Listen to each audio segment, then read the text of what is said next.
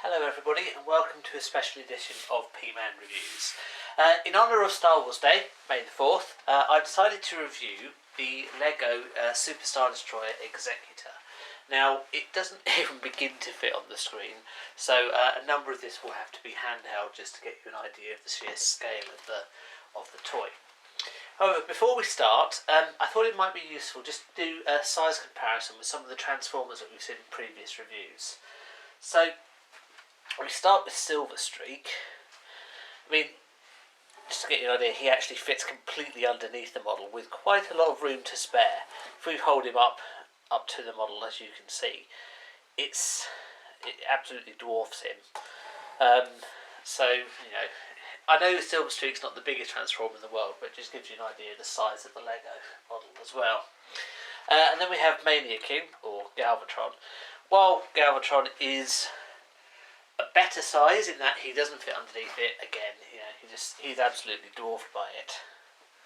And again, Galvatron's one of the bigger Transformers as well, and the fact that the Super Star Destroyer dwarfs him is entirely appropriate. Obviously, they're nothing like to scale at all. It's just so you get an idea in terms of size with your toys. Okay, so it is a very expensive LEGO toy. I believe it's something like over 300 quid if you can get hold of them anymore.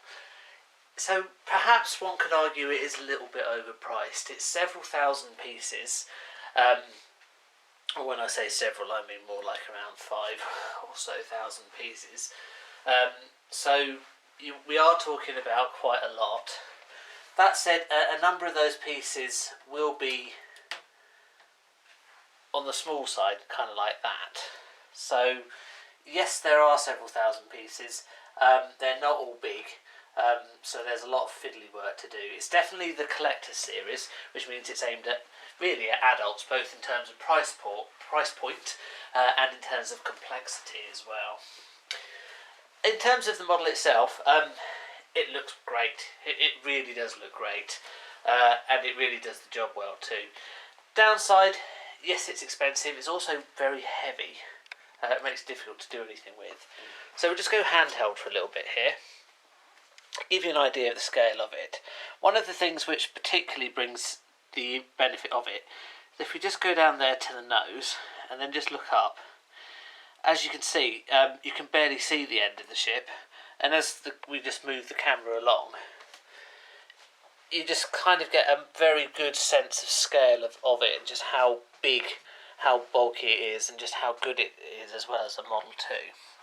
And it doesn't just end at that side of the ship too. It's got extremely detailed engines, as you can see, and that's nice to see. So you have to try and find a way of displaying your model so you can see the engines as well as all the superstructure as well. You do get a little mini Star Destroyer as well, just to give you an idea of the scale, and that's quite impressive. And the Star Destroyer is actually the correct scale to the Executor.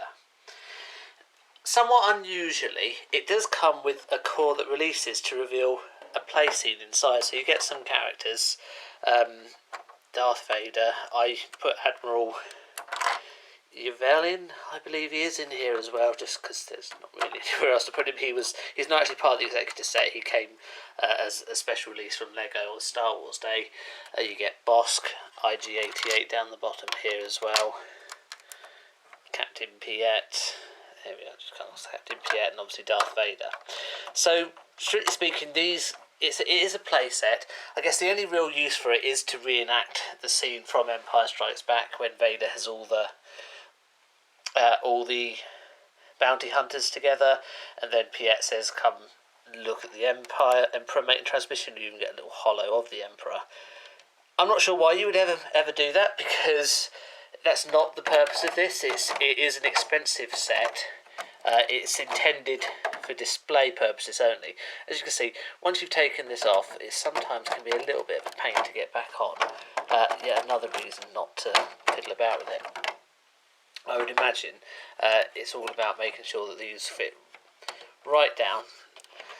You don't have to store these in there, but if, as you can see, bits just fall off otherwise, it's a lot easier to do so, because otherwise there is there is nowhere to put them.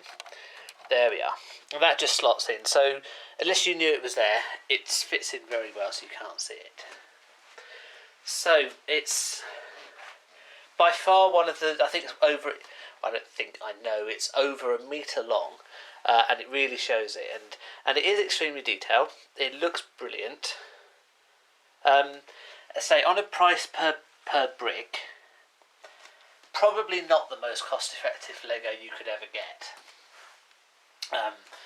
You know, I guess you pay extra because it's a Star Wars brand. Lego pay extra because it's a Star Wars brand, so it's not as if they're getting it all for free. They do have to shell out some of the cash themselves. So yes, it's not the cheapest of items that you can get for Lego.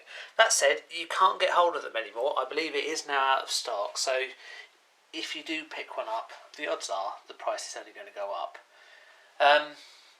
Which is a shame, really.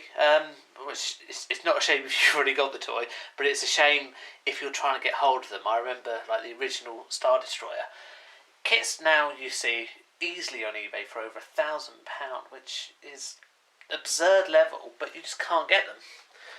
I really wish Lego would re-release them because, you know, even if it's an updated version like they did with the X-Wing, people's original X-Wings are still going to hold some value because they are slightly different in the way they've been done.